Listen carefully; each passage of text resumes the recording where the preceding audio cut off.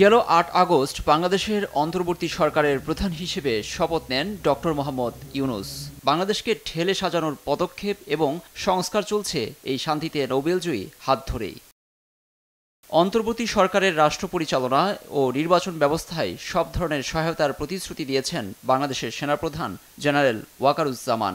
সোমবার ঢাকায় ব্রিটিশ বার্তা সংস্থা রয়টার্সকে দেয়া সাক্ষাৎকারে বাংলাদেশের চলমান পরিস্থিতি উঠে আসে। সেনাপ্রধানের এই সাক্ষাৎকারকে বিরল হিসেবে বর্ণনা করেছে রয়টার্স। সাক্ষাৎকারের সময় সেনাবাহিনীর ইউনিফর্ম পরা ছিলেন ওয়াকারুজ্জামান। এ সময় বলেন, পরিস্থিতি যাই ঘটুক না কেন প্রধান উপদেষ্টা ডক্টর ইউনূসকে সমর্থন দিয়ে যাবেন, যেন তিনি দায়িত্ব সঠিকভাবে সম্পন্ন করতে পারেন। এ সময় নির্বাচন প্রসঙ্গ উঠে আসে সাক্ষাৎকারে।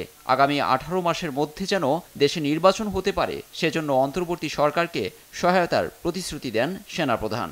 সেটি গণতান্ত্রিক প্রক্রিয়ায় হওয়া উচিত উল্লেখ করে জনগণকে ধৈর্য ধরার উপর জোর দিয়েছেন তিনি। প্রধান উপদেষ্টার সঙ্গে নিয়মিত বৈঠক হচ্ছে এমনটা রয়টার্সকে জানিয়েছেন ওয়াকারুজ্জামান। ডক্টর ইউনূসের সঙ্গে তার সুসম্পর্ক এবং এই সরকার ব্যর্থ হওয়ার কারণ নেই বলে মনে করেন ওয়াকারুজ্জামান। লুৎফর কবির, নিউজ ডেস্ক, দেশ টিভি।